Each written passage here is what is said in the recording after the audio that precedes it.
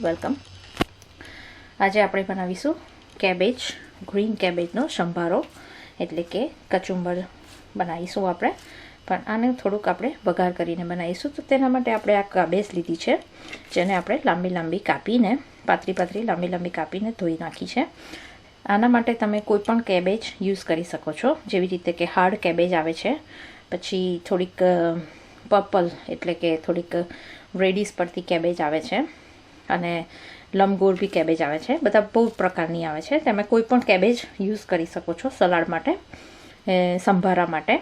તો આ સંભારો એટલે કે ખાવા માટે તમે જ્યારે ડિનર લંચ બનાવો તેની સાથે આ કચુંબર તરીકે એવી રીતે સંભારો બનાવો અને તેની સાથે તમે સર્વ કરી શકો છો. બહુ જ સરસ લાગે છે.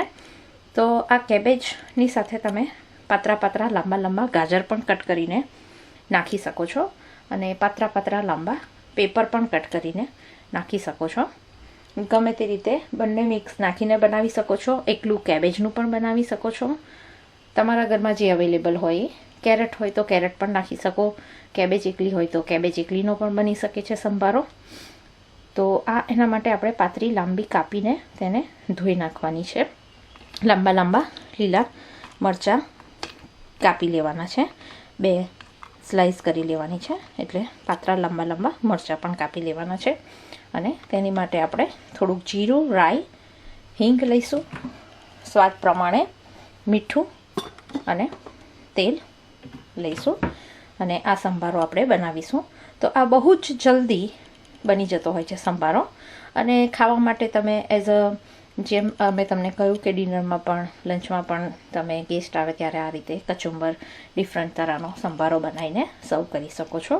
અને 5 જ મિનિટમાં આ થઈ જતો હોય છે, કારણ કે તેને બહુ આપણે કૂક થવા નથી દેતા, કાચો જ રાખવાનો હોય છે.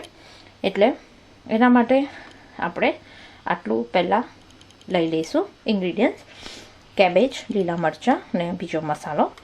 તો ત્યારબાદ આપણે એક કડાઈમાં તેલ લીધું છે. તેલ પણ બહુ જ ઓછું હોય છે આમાં. 1 જ ટેબલ સ્પૂનમાં તેલમાં આપણે આ સંભારો કરીએ છીએ. એટલે આમ તો ગ્રીન કેબેજ કેરેટ મિક્સ એટલે વેજીટેબલ નાઇસ હેલ્ધી પણ હોય છે ખાવા માટે, અને તેલ પણ ઘણું ઓછું હોય છે. બીજા મસાલા પણ બધા ઓછા હોય છે આમાં. તો આ ખાવા માટે તો ડીશ બહુ જ હેલ્ધી થાય, કારણ કે તેલનો ભાગ ઓછો, મસાલાનો ભાગ ઓછો, અને પ્લસ ઉપરથી ફ્રેશ ગ્રીન વેજીટેબલ, અને તેને પણ આપણે બહુ કૂક નથી થવા દેવાનું, કાચું પાકું રાખવાનું છે. તો આ બહુ સરસ લાગે છે. અને આ સંભારો આપણે જેવી રીતે ડિનર લંચમાં પણ ખાઈ શકીએ, અને બીજી રીતે કે જે આપણે ચણાના લોટના ફાફડા આવે છે, ફાફડા સાથે પણ તમે આ સંભારો બનાવીને એઝ અ ચટણી તરીકે તેની સાથે સર્વ કરી શકો છો. તો આ આપણે તેલ લીધું છે 1 ટેબલ સ્પૂન જેટલું, અને આપણે 1 ટેબલ સ્પૂન જેટલું તેલ થઈ જાય એટલે આ સંભારાનો ઉપયોગ તો બધું ઘણી રીતે તમે કરી શકો છો. તમે આવી રીતે કાચો પાકો સંભારો બનાવીને, જેવી રીતે અમે કહ્યું, ફાફડા સાથે સર્વ કરી શકો છો, લંચ ડિનર સાથે સર્વ કરી શકો છો. વધેલી ઠંડી રોટલી ભાખરી હોય તમારા ઘરમાં, તો તેની અંદર પણ આ કાચો પાકો સંભારો ભરી અને થોડુંક ટમાટો કેચઅપ કે ચીઝ મૂકીને છોકરાઓને લંચમાં પણ તમે આપી શકો છો. તો આ આપણે તેલ લઈ લીધું છે. તેલ આપણું થઈ જાય એટલે તેમાં આપણે થોડીક રાઈ નાખીશું. જેવી રાઈ આપણી થોડુંક તતરે એટલે તેમાં આપણે જીરું પણ નાખવાનું છે થોડુંક. તો આપણે થોડુંક જીરું પણ તેમાં એડ કરીશું, અને જેવી રાઈ થઈ જાય તેવું તમે થોડુંક તેમાં જીરું પણ નાખો. તો જીરું પણ આમાં ટેસ્ટ સરસ લાગતો હોય છે, ફ્લેવર રાઈ ને જીરાનો. રાઈ જીરું થઈ જાય એટલે તમે લીલા મરચાં થોડાક છે અંદર એડ કરી દો, જે લાંબા આપણે કાપેલા, તેને સરખી રીતે તે થઈ જાય બરાબર એટલે તેમાં આપણે પિંચ ઓફ હિંગ નાખવાની છે, અને થોડીક હળદર,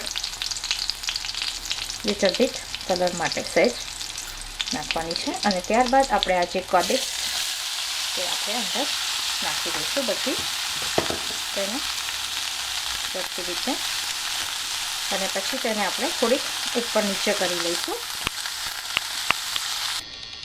તેમાં પછી થોડુંક સ્વાદ પ્રમાણે મીઠું પણ આપણે નાખી લેવાનું છે અને પાછું થોડુંક ઉપર નીચે કરી લઈશું.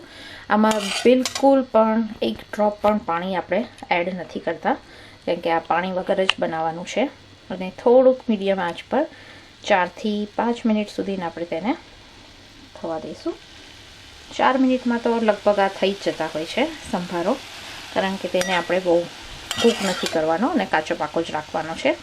તો થોડુંક મીડિયમ આંચ કરીને તમે તેને હલાવી લો અને થોડીક વાર પછી તેમાં ઉપર ધાણા પણ તમે ફ્રેશ કટ કરીને ધાણા પણ ઉપર નાખવાના સર્વ કરતી વખતે. તો આ અમારી પાસે અવેલેબલ એકલી કેબેજ જ છે અત્યારે, તો કેબેજનો રોટલો બનાવ્યો છે આપણે. તો તમે જેમ આપણે કહ્યું કેરેટ પણ યુઝ કરી શકો છો ને પેપર પણ લાંબો કટ કરીને યુઝ કરી શકો છો. પણ આ રીતે તમને રઈ વધારે થોડીક ભાવતી હોય, મસ્ટર્ડ સીડ્સ થોડોક વધારે એનો ટેસ્ટ ભાવતો હોય તો તમે થોડોક વધારે હાફ સ્પૂન કરતાં થોડીક વધારે મસ્ટર્ડ સીડ્સ અને જીરું તમે તેલમાં મૂકી શકો છો વધારે થોડુંક, તો વધારે સરસ લાગતું હોય છે. સોલ્ટ તમે સ્વાદ પ્રમાણે નાખી શકો છો, અંદર ચાખી લેવાનું. ત્યારબાદ તમારે થોડુંક વધારે ઓછું નાખવું હોય તો તે રીતે તમે એડ કરી શકો છો.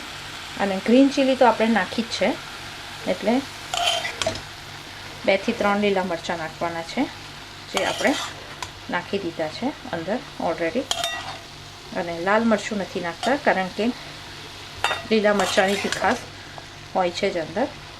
તો કેબેજ આપણે જેમ કહ્યું કે પાણી નથી નાખવાનું, કારણ કે કેબેજ તેનું પાણી છોડતું જ હોય છે, એટલે થોડુંક મીડિયમ ગેસ કરીને તેનું પાણી આપણે ઉડાડી દઈશું અને થોડીક શેકી લઈશું.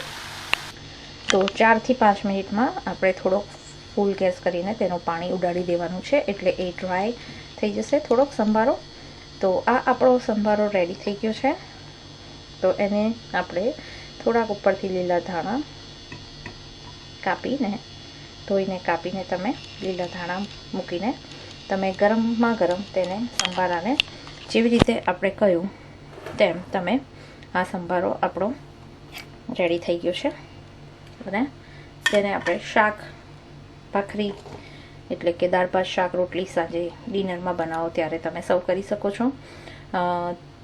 અને આપણે છોકરાઓને જેવી રીતે અમે કહ્યું કે રોટલી વધી હોય તો તેની અંદર સંભારોને થોડીક ટમાટો કેચઅપ ચીઝ મૂકીને રેપ કરીને પણ તમે છોકરાઓને આપી શકો છો. અને ગાજર ને કેબેજ મિક્સ હોય છે, એટલે છોકરાઓને થોડુંક કાચું પાકું સલાડ જેવું નાઇસ પણ લાગતું હોય છે. અને ચીઝ ટમાટો ફ્લેવર આવે એટલે બાળકોને તમે રોટલીમાં રેપ કરીને આપો તો તે લોકો પણ ખાતા હોય છે. અને આવી રીતે તમે જેવી રીતે અમે ફાફડા સાથે કહ્યું તે રીતે પણ ફાફડા સાથે આ કેબેજનો સંભારો તમે સર્વ કરી શકો છો એઝ અ ચટણી તરીકે. તે પણ બહુ જ સરસ લાગતો હોય છે ગરમા ગરમ. અને તમે કોઈ પણ કેબેજ યુઝ કરી શકો છો, હાર્ડ કેબેજ, પછી લંબગોળ ગ્રીન કેબેજ આવે છે શંકુ આકારની, તે રેડ કેબેજ, કોઈ પણ કેબેજ યુઝ કરી શકે છે આમાં. તો આ આપણી ડીશ કેબેજનો સંભારો ફટાફટ રેડી થઈ ગયો છે.